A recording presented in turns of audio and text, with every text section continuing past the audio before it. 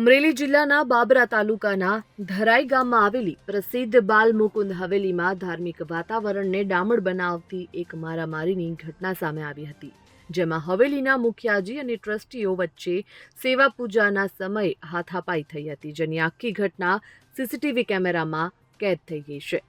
આ video viral થવાથી ભક્તોમાં આઘાત લાગ્યો। ઘટના મુજબ હવેલીમાં સવારના પૂજા સમયે મુખિયાજી અને ટ્રસ્ટીઓ વચ્ચે કોઈ વિવાદ સર્જાયો હતો।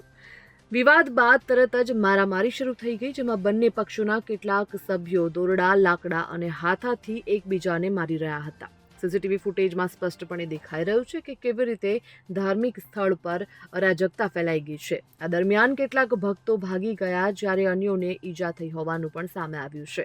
ઘટના બન્યા પછી બંને પક્ષોએ બાબરા પોલીસ સ્ટેશનમાં ક્રોસ ફરિયાદ નોંધાવી। મુખિયાજી પક્ષે ટ્રસ્ટીઓ પર હુમલાનો આરોપ લગાવ્યો છે, જ્યારે ટ્રસ્ટીઓએ મુખિયાજી પર હવેલીના વ્યવસ્થાપનમાં ભ્રષ્ટાચાર અને હુમલાની ફરિયાદ નોંધાવી છે। પોલીસે બંને પક્ષોના સભ્યોની તપાસ શરૂ કરી અને વિડીયોનું વિશ્લેષણ કર્યું છે। આટલા મહત્વના ધાર્મિક સ્થળ ઉપર આવી ઘટના થવાથી સ્થાનિક ભક્તોમાં રોષ ફેલાયો, જેઓ હવેલીના વ્યવસ્થાપનને લગતી તપાસની પણ માંગ કરી રહ્યા છે।